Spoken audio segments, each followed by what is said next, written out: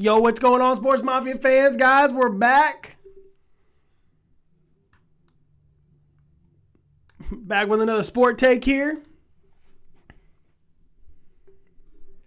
All right, guys, so on today's show, don't forget to like, subscribe, turn on notifications. Everybody, look, this is what we're going to do today. We're going to talk about MLB, we're going to talk about the NBA, and we're also going to talk about the NFL for Week 10.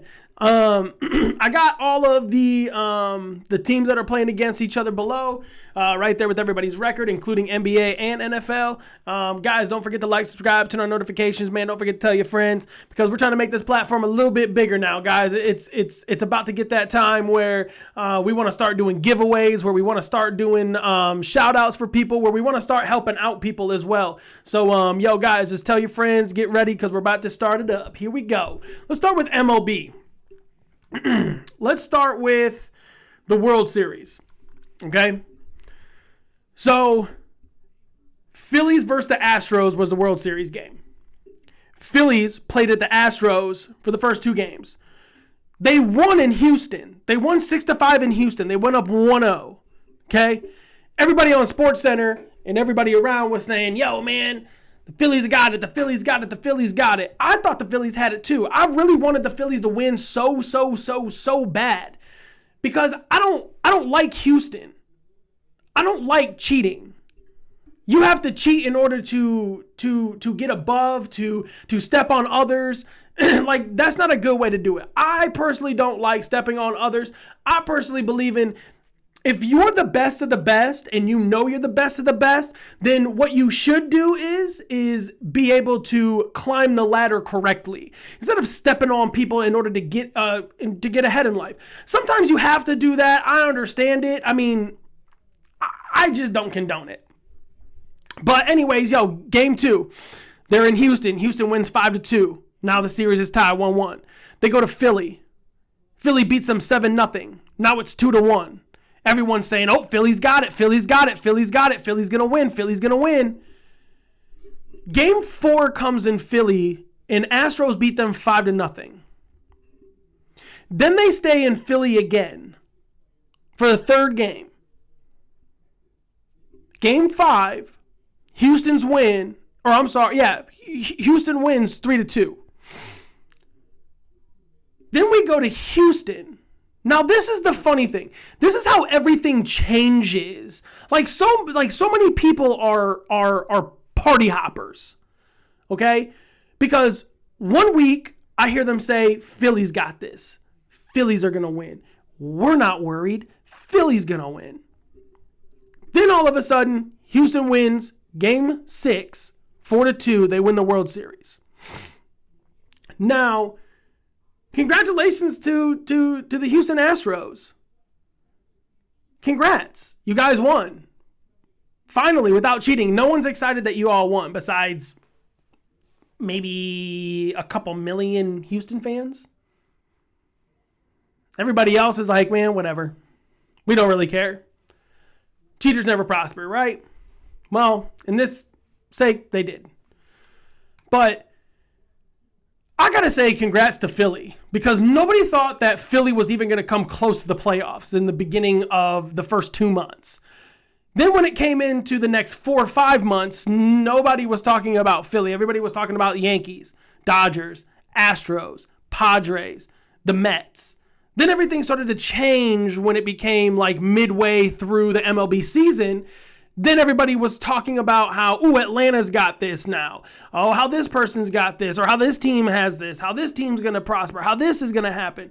It just really blew my mind of how many times so many people were hopping on and off the bandwagon. Like, I've heard Stephen A. Smith say, this is Philly's time. Philly's got this. And then all of a sudden, Astros won game 5 in Philly, and he was like, no, it's the Houston Astros are going to win this World Series. And it's like, why do y'all keep party hopping?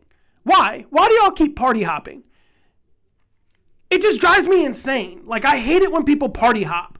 Stay with one team and one consistent team. I personally thought that the Yankees were going to win the World Series. But unfortunately, the Yankees didn't win the World Series. I thought that that San Diego Padres also had a chance to enter into the World Series as well. I thought it was going to be Yankees versus San Diego. But then after San Diego and the Yankees lost, I wanted Philly to win. And unfortunately, that didn't happen. So I didn't lose hope at all. But again, congratulations to the Houston Astros on a job well done for the World Series.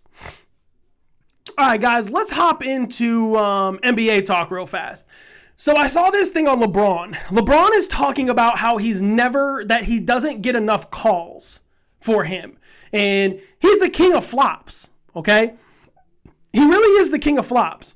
He literally said that to the press that the refs aren't calling anything. Yeah, when somebody touches me, I want to whistle. I'm sorry, but Larry Bird never had that. Michael Jordan never had that. Spud Webb never had that. David Robinson never had that. But yet you're demanding that if you get touched, that somebody should call a foul for you. Dude, the NBA is now really soft. They're all a bunch of crybabies now.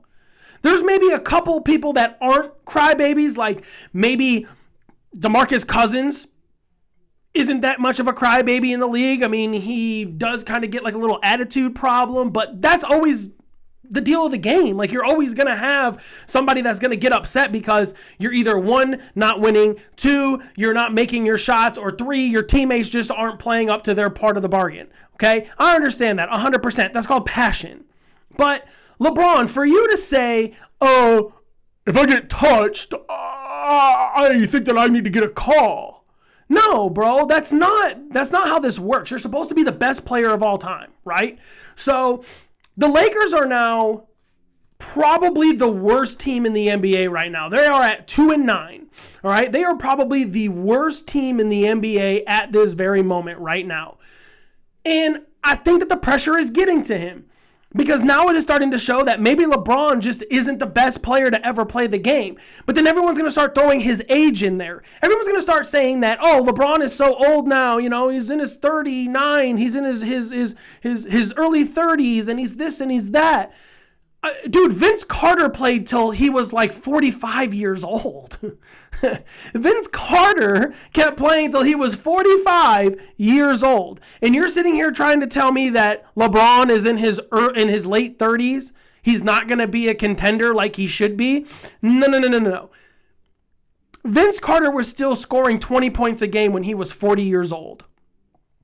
Vince Carter was still out-rebounding some of these young Thundercats that are coming into the league at the age of 19 to 22 years old, and he's still being able to play with them till he was 45 years old. Now remember this, he had an Achilles injury, he has ankle injuries, he has knee injuries, and he's still able to come out there and throw down with the best. Now I'm not saying that LeBron can't, okay? I'm not taking away any talent from LeBron, but I'm also taking it away from how everyone is going to try to exploit LeBron and how his age is up there. Okay, LeBron, look, I understand 100%, bro. You are one of the greatest players of all time, man. But stop crying. You're just mad because your team is 2-9. Let me just hit that right there for you. Let me just hit it where it hurts. Okay? 2-9. Let me say it one more time. You are 2-9.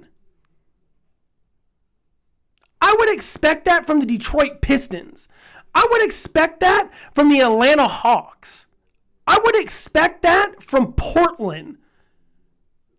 I would expect that from the New York Knicks. The OKC, the Oakland City Thunders. But not from LeBron James. Like, you wouldn't expect that from LeBron. I think it's just BS that he has to keep himself in the spotlight of trying to tell people that he needs more calls. Guarantee that the next game he goes to, the NBA are going to give him refs that are going to call in his favor, and they're going to finally be 3-9. Guarantee that's what's going to happen in tomorrow's game. Guarantee that happens tomorrow. And they're playing the Sacramento Kings. Guarantee that happens tomorrow. So guys, let's hop right in real fast to to the schedule. Dallas is 6-4. They're playing Washington, who is 5-6.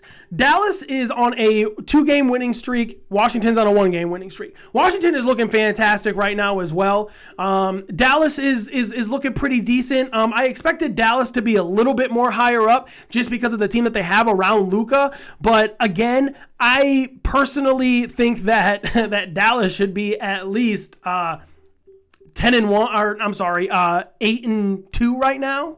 But hey, again, that's just me. Philly is playing Atlanta. I think that Atlanta should easily take that game from Philly. They're playing lights out right now. They're playing on fire. They have something to prove. I think that Atlanta could possibly make it to the conference finals, to be honest with you. I don't see anything that is going to be in Atlanta's way besides the Bucks. That's pretty much the only team that I see being in front of them to be able to stop them to get to where they have to be. I don't see Brooklyn doing it this year for them. I most definitely don't see Philly stopping them. I just like what Atlanta is doing right now and playing this all-around basketball. Trae Young is looking awesome right now. Murray is looking amazing at the moment. It's just all around just great basketball being played by Atlanta. LaMelo Ball at the Hornets. They're going down to Miami. They're going to play Miami. Miami's 4-7, and the Hornets are 3-9. I remember last year and the year before, man, dude, the Charlotte Hornets were the number one team to watch because they were just so entertaining. Now that they don't have Miles Bridges anymore because of his domestic violence cases that he has, and they're not going to re-sign him, and they don't want to bring him back. They were one of the most exciting teams to watch last year and the year before. LaMelo Ball, I mean, dude, they had a team that was going to be based around him, and I really felt like that in another couple more years that, you know, the Hornets could actually have something here for LaMelo Ball to possibly win a conference championship or even win a NBA championship, to be honest. But I'm literally looking at this right now, looking at 3-9. I don't see that happening for them this year, unfortunately. I think that they're going to be one of the worst teams in the NBA, along with the Lakers, along with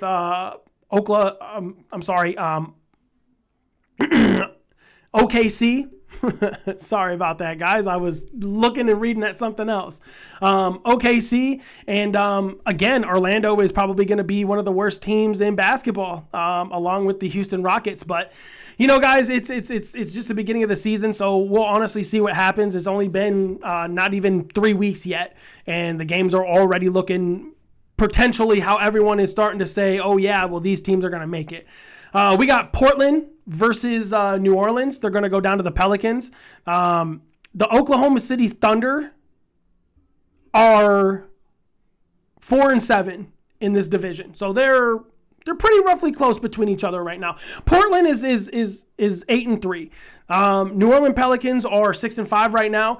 The game starts today at 8:00, so we'll most definitely see. I like the way how Portland is playing right now. Portland is playing also lights out as well. They're playing hard defense. They're playing fundamental basketball. They're moving the ball around a lot of how they pretty much should be doing, you know, how we all thought that Portland was going to win an NBA title with Damian Lillard and I can't think of his name, Collison. You know, everybody thought that those two guys were going to take them to the championship and they were going to take something off. We got Denver versus Boston. Boston's 8-3. Denver's 8-3. They're going to be playing in Boston. They're going to be playing tomorrow at 7 p.m. Guys, Denver's playing awesome right now. But Jason Tatum and Brown are just facilitating this ball around each other, and I think Boston's going to honestly take this one to the win against Denver. We got Phoenix versus Orlando. They're going to be in Orlando. Phoenix is 8-3. Orlando is 3-9. I think the Phoenix Suns are going to just demolish Orlando. Moving on to Detroit versus Detroit versus the New York Knicks. New York Knicks are 5-6 at home against Detroit, which Detroit is 3-9. I think New York Knicks are going to take this over. Detroit just needs to add that other player that's going to be in this rotation that is going to be able to bring the Pistons back to the way how they were in the early 2000s, you know, just taking over the league. But I don't see that happening for at least 5 to 6 more years, to be honest. Detroit needs to figure it out. Cade Cunningham can't be the only guy, along with Bay is the only, those two guys right there. They can't be the only guys for you. Toronto versus Oklahoma City Thunder. Toronto's coming in at 7-5, and Oklahoma is coming in at 4-7. I got Toronto taking this one, guys. They're in OKC. We got Milwaukee versus the Spurs. Milwaukee was on a 8 or 9 game winning streak, or even a 10 game winning streak. They're honestly 10-1, man. They are showing that they are the team to beat this year. Bobby Portis, Giannis Antetokounmpo, and PJ Tucker, man, like those guys are just all on fire right now. They're all just in sync together, and they're just, pulling all these wins out against great basketball teams right now, man. They are just playing awesome offense or playing awesome defense. The Spurs are 5-7. After losing Murray to Atlanta, the Spurs, I don't really see them being as good as they were back in the early 2000s as well. The late 99s and in the early 2000s. I feel like that Greg Popovich is going to have a couple more years as head coach, and then he's going to retire. But other than that, they're playing at the Spurs. Let's move on here. We got Minnesota 5-7. We got Memphis 8-4. Memphis is playing lights out basketball too as well, man. They are cruising. They are just finding themselves again. They are stepping up. Ja Morant is still one of the most entertaining guys to watch in the NBA right now. A lot of people are tuning in just to watch him. This, I believe, I was reading something. They said that this is the most NBA League Pass that they've had in such a long time just to watch the Memphis Grizzlies games. Moving on, we got Cleveland 8-3. Wow, that's kind of a shocker. Cleveland at 8-3, and we got Golden State at 4-7. Wow, the defending champs are just not playing the basketball that we all know. Curry's not shooting like he was. Clay isn't always there. Draymond Green, Poole. Just Golden State just isn't playing the basketball that they're supposed to be playing right now. We're moving over here. We got the Sacramento Kings versus the Los Angeles Lakers. Kings are going to beat them. LeBron, I don't think he's going to be able to show up this week coming up, or tomorrow coming up, due to an injury, is what I was reading on ESPN. So let's go ahead and let's hop into it. So we got the Lakers at 2-9, and we got the Kings at 4-6.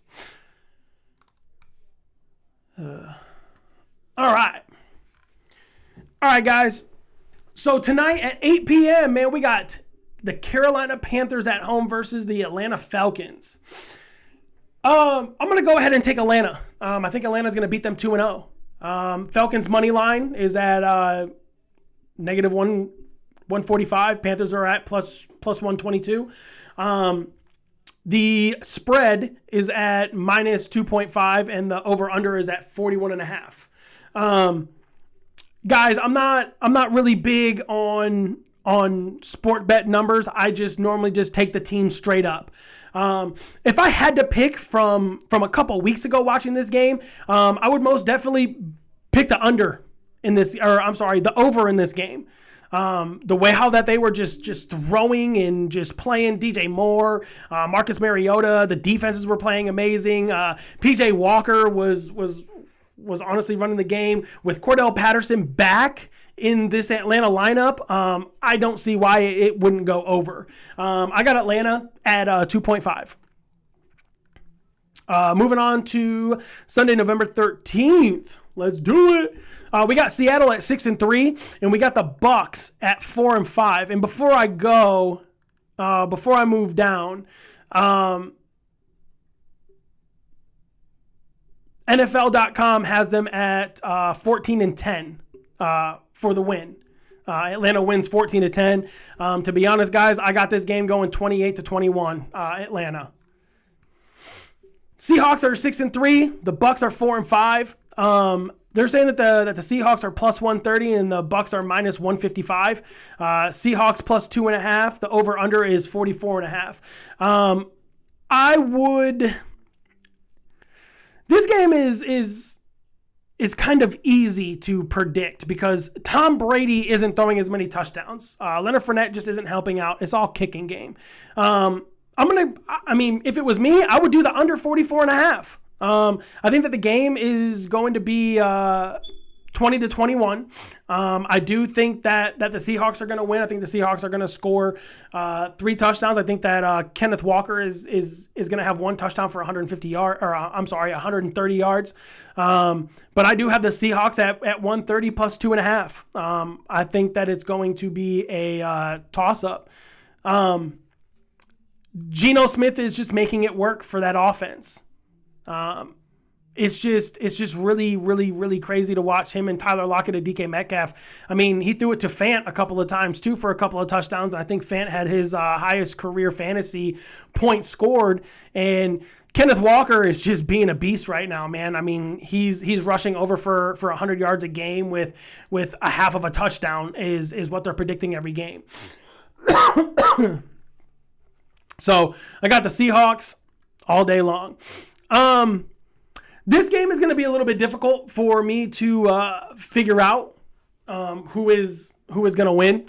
If I had to pick a team right now, this is going to be the Bills versus the Vikings. Vikings are at plus 152. Bills are at minus 180. Vikings at 3.5. Over under is 43.5. If I'm the Bills, and I don't know what's going to be going on with Josh Allen, I believe that what they need to do is sit Allen. They don't need to play Allen right now. Just let Allen be. Okay? Let him sit for a couple of games. Let Case Keenum come in. You guys are 6-2. If you lose 2 games in a row, that's okay. But here's the thing. The Vikings are 7-1. The Vikings are a very, very hard team to play right now. Kirk Cousins is honestly throwing lights out. Justin Jefferson is playing amazing. Dalvin Cook is up in the air right now at the moment. They just got TJ Hawkinson. Hawkinson had a pretty good game last week. If I had to pick, I'm going to go ahead and pick the Vikings. Just money line at the 152. If I had to do the over-under, I would pick the over in this game because, remember, we still have Stephon Diggs. We still have Devin Singletary. We still have Gabriel Davis. They still have Dawson Knox. Their defense is one of the best defenses in the league right now. So, I mean, I would most definitely pick the over in this game. But I do have the Minnesota Vikings being 8-1 and the Bills being 6-3. Sorry. Here we go, guys. We're going to the Bears. Detroit versus the Bears. Lions are plus 130. Bears are minus 155. Lions plus 3. The over-under is 48.5. If I had to pick, the Bears have a different game now. Cole Kmet is looking great. Justin Fields is running the ball because he's watching too much Lamar Jackson. He has nobody to throw to besides Darnell Mooney. Now he has Chase Claypool, but Chase Claypool just isn't really being in the presence, just isn't really helping this team out right now. Yeah, man, they won huge last week, but that's because Justin Fields ran for over 120 yards and scored, I think it was like 3 or 4 touchdowns for them. This week, I think it's going to, this coming up week, I think it's going to be a little bit more difficult for them. I will have to say the Lions plus 3. I think the Lions may win this game 27-24. But I just possibly just don't see it. Guys, we got Kansas City Chiefs. They are 6-2 versus Jacksonville Jaguars, who are 3-6. Guys, this is a no-brainer. I do not think that the Chiefs are going to blow them out by 9 points. By 9.5. I think the game is going to go under. I don't think it's going to be 30-20. I think this game is going to be 21-14. I think it's going to be a close, tight game.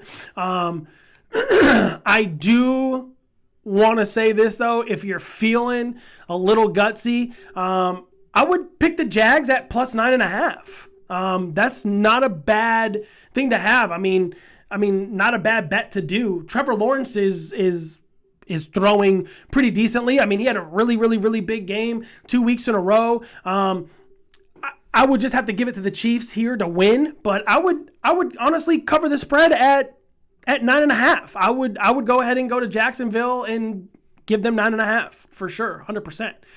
Miami versus the Cleveland Browns. The Browns are at plus 162. Dolphins are at minus 195. Browns are plus 3.5. At the over-under is 49.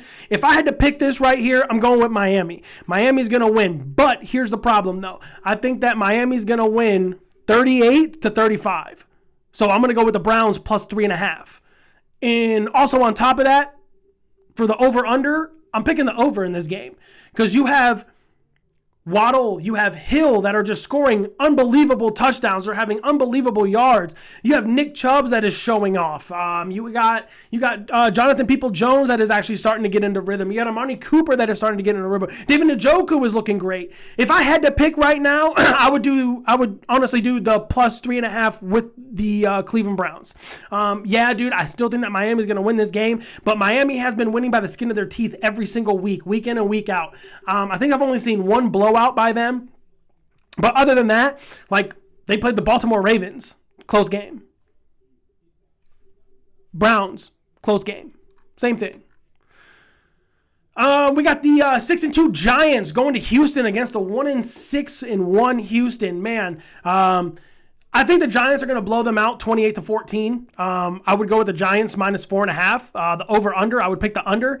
If you want to feel a little gutsy and do plus 185 on the Texans, great, go ahead. That's good for you. Or if you want to go ahead and do minus 250 on the Giants, I would honestly choose the money line and do the Giants, and I would most definitely pick the under in this game for sure, 100%.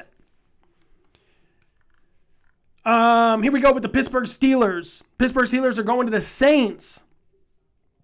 The spread for the Steelers is plus 1.5. Over-under is 40. I would do the over in this game, but I would also pick the Saints. I wouldn't pick Pittsburgh to win this game at all. I just think that the Saints defense is a little bit more, how can I put this in nicer terms? I think that the New Orleans Saints defense is way better than that offensive line. I personally believe that Marshawn Lattimore is going to shut down George Pickens. I don't think that Johnson is going to have a hell of a game. Fairmouth might have, their tight end might have a hell of a game, but Justin Pickens is going to be on the run. And yeah, he's pretty decent running the football, but he's not really 100% there with running and throwing on the run. So I'm going to go ahead with the Saints here. I'm going to pick the Saints at minus 1.5, and I'm going to pick the under in this game. Or I'm sorry, the over. My bad, over in this game. Here we go, guys. We got the Tennessee Titans going to the Broncos. The 3-5 Broncos versus the 5-3 Tennessee Titans. Broncos are plus 115. Tennessee is minus 135. Titans are favored to win here at 2.5. The over-under is 36.5. I would most definitely have to go with the Denver Broncos here, man. They just are coming off of a bye. Jerry Jeudy is rested. Russell Wilson is rested. They're finally getting Murray in their running back lineup. They're getting everything going. If I had to pick, I'm going with the Denver Broncos at plus 2.5. Money line, I'm going with the Denver Broncos as well. Over under, I'm going to go with the under on this one. Las Vegas Raiders, the 2-6 Las Vegas Raiders are going to the 3-5-1 Indianapolis Colts. The Colts are at plus 205. The Raiders are at 250. Guys, if I had to pick this right here, I'm picking the Colts plus 6. There's no way that the Raiders are just going to come off of a bye last week and have that magical win. They were 1-6. They come out and they have this magical win after this bye.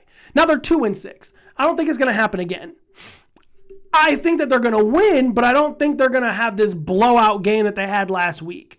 If Josh Jacobs can be back to his normal self, like he was in the first 5 weeks of the NFL start, then yeah, I got the Raiders all day long. But plus 6, nah, I'm going to go ahead, or I'm sorry, but at 6 points, I'm going to go ahead and pick the over in this game, and I'm going to pick the Colts to hold it at plus 6.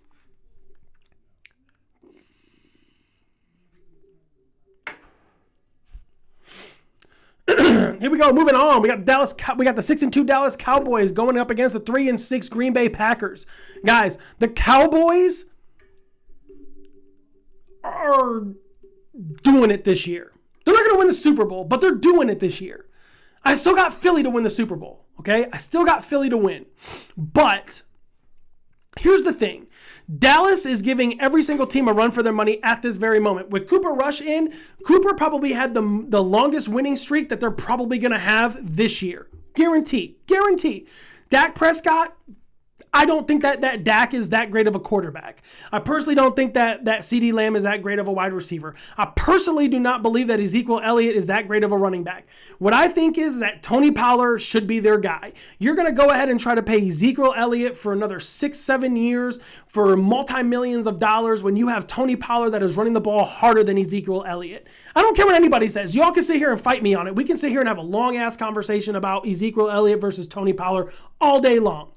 Yes, Zeke gets more reps, but if Tony Pollard had more reps than Zeke, Tony would literally blow Zeke out of the water. No questions asked. We can sit here and have a conversation. I'm not going to hold back anymore. I'm going to start making you be in your feelings because I'm sick of just sitting there going, yeah, man, you're right. Yeah, man, I agree. Nah, screw that. No more. I'm tired of it. Cowboys are at -225. Packers are at +185. Cowboys are at -4.5. I agree. I really do think that this game is going to go into the over. I don't think the score is going to be 27-17. I think that the score is going to be 32-28. I think that Green Bay just had a really, really, really, really bad week against a crappy team of the mighty Detroit Lions. But that's okay, though. You're allowed to have a crappy game. Rodgers is allowed to have a crappy game. But I personally believe that Green Bay is going to lose less than 4.5. Okay? Romeo Doubs is out, but they're getting Lazard back. If Green Bay wins this game, that's going to be amazing for them to win because now everyone can get off of Aaron Rodgers. I'm sick of hearing Aaron Rodgers and the Green Bay Packers. I'm more sick of hearing Dallas Cowgirls running up and down the field how, yeah, they're going to win a Super Bowl this year. Yo, Stephen A., sit down, shut up. Nobody cares if they're going to win a damn Super Bowl because they're not going to win a Super Bowl. You say it every single year and you jinx them every single year. You jinx them every year. I thought that they were going to win a Super Bowl last year, but you kept running your mouth and you jinxed them. The hell is wrong with you? 3-5 Los Angeles Rams are going over to the Arizona Cardinals, the 3-6 Cardinals. Yo, guys, the Cardinals are +105. The Rams are -125. Rams are at -2. Over under is 40. But look, check this out. I think that the Rams are going to lose this game. I think that the Arizona Cardinals are going to come out and demolish this Rams defense. Yeah, cool, man. They got Jalen Ramsey, but he's going to be guarding DeAndre Hopkins. But just remember, they have other receivers. And they also have James Conner coming back. So this Arizona Cardinals offense is going to be a little bit more scarier than they were the first 7 weeks of NFL. Okay? I got the Cardinals at -2, and I got this score being 28-10. Rams are going to lose. Cooper Kupp is going to have a blowout game, like always, because that's all he looks at. He doesn't look at Allen Robinson wide open. I've never seen anything like it. When Stafford played for the Lions, he moved the ball around. But their game plan is so focused on Cooper Kupp. Allen Robinson is wide open as your number 2.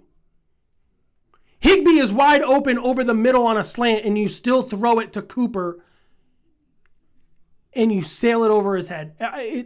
Just don't get me started. We got the 4-4 49ers going to the Chargers, the 5-3 Chargers. Guys, I'm going to go ahead and pick the Chargers at +7.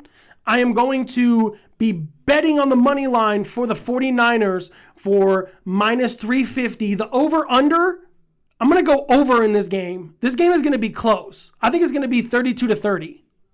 That's how close I think this game is going to be. 49ers win it. Game over.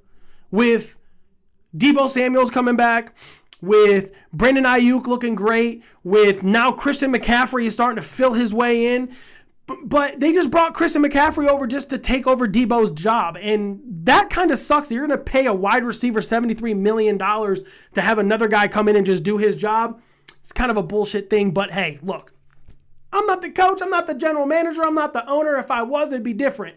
But guys, I am going to do this at +7 for the Chargers. On your Monday night game on the 14th, this is what we're looking at. We're looking at the Philadelphia Eagles at 8-0. Fly, Philly, fly. Washington Commanders at 4-5. I'm gonna do this a little differently. Washington +11. I'm gonna do the Commanders at +400. I think that the Commanders might be able to beat the Eagles. This always happens when a team becomes 8-0. Think about it. What happened last year? The Cardinals were 8-0. DeAndre Hopkins went down, didn't come back. Kyler Murray went down, didn't come back. Now I pray that Jalen Hurts doesn't get hurt because I have Jalen Hurts in 2 of my leagues. And I need him to stay healthy for the rest of the season because I can't lose Josh Allen as well. Yes, I'm in a super flex league with 2 quarterbacks. I have Josh Allen and Justin and Jalen Hurts. I can't have Josh Allen go down and Jalen Hurts go down. There goes my whole season. But I do believe that this could be a very, very, very great game to have. If I wanted to take a gutsy line, I would do +400 for the Commanders. But I do have to do the +11. I think it's going to go over, but I have to do +11. I don't think that the Eagles are going to be able to defeat the Washington Commanders by 11+ points. I think that Washington's going to hold them within a touchdown or within a field goal. I just don't see that. I just don't see +11 happening. Okay? That's just me. I just don't see +11 happening. Well, guys, that's it for me today. I didn't really have anybody show up today, so I didn't have any questions. I didn't have any comments. I didn't have any help really in the conversation. You know, where are my people at? Hello. Just kidding, guys. All right, man. Hey, guys, look, I just want to go ahead and just thank everybody for tuning in, the couple of people that did. I'm here. Hi, Aunt Doris. I'm actually done now because I had nobody here pretty much the whole time. So I'm just kind of just talking just to talk, which is okay. I mean, hey, this is just practice, you know. But guys, next week, 14th is on a Monday. Oh, my brother comes in next week, guys. So my brother will be here next week. We're going to get Carson back on the show. I'm going to try to get all of us back on. We're going to go ahead and just, you know, run this out. So, yeah, thanks everybody for tuning in. And next week, I will see you guys on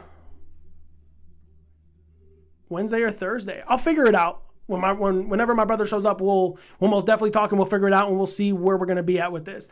But all right, guys, I really, really appreciate everybody for tuning in. You guys have a wonderful day and I'll see y'all later. Sports Mafia fans, thank you. Out.